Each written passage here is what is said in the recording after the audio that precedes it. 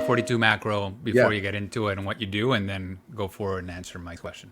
Yeah, absolutely. It may help to sort of explain the grid concept, if you will. So let me share my screen if you don't mind.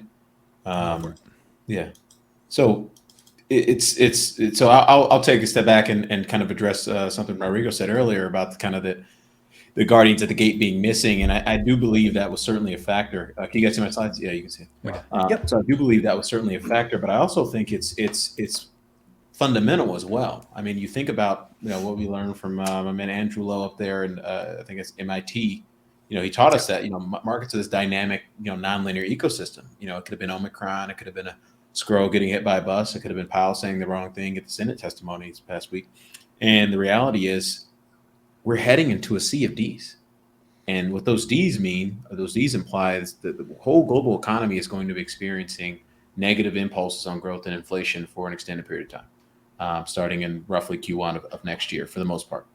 And so when you look at something in terms of how our market regime nowcasting process absorbs that information, or really, what it's doing is actually, sort of asking, every market in the world, all the major markets in the world across asset classes, hey, what's happening with your price and volume volatility signals?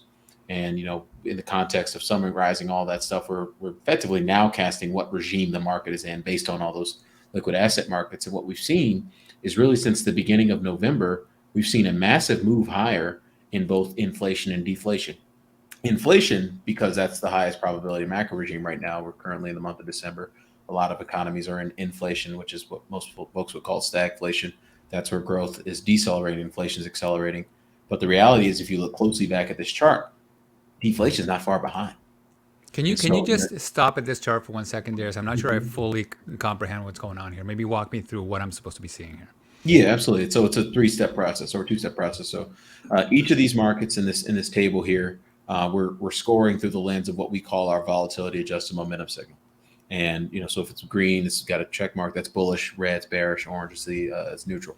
And so if something's bullish in this table, for instance, or something's, let's use the first signal, the MESA. So that's the MSCI Emerging Market Index. That's got a red X. That's bearish. Historically, based on the back test, if you look at how we back tested asset markets through the context of those regimes, if the MSCI Emerging Market Index is bearish, that means both inflation and deflation are getting a point from that market.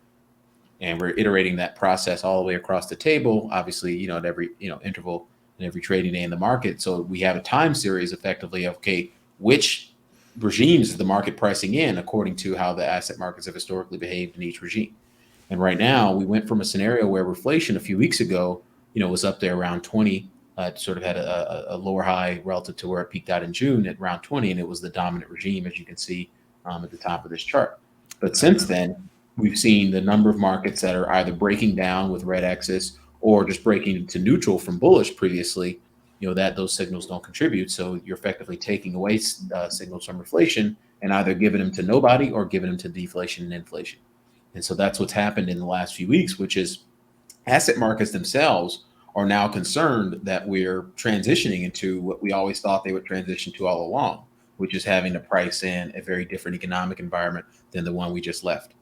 This is a very positive economic environment, and the fact that we were getting record fiscal stimulus and record monetary easing associated with that very positive economic environment. The R stand for reflation. That's where growth and inflation are trending. And that was from July 2020 to yeah, basically the fall. October 2021. Yeah. Yeah. So I think that's the market saying, hey, we're done pricing in all the good stuff. We're now starting to price in the bad stuff, and what degree to which the market's pricing the bad stuff, in our opinion, is a function of monetary policy. The kind of expected path for monetary policy, which, in our opinion, is kind of getting scary.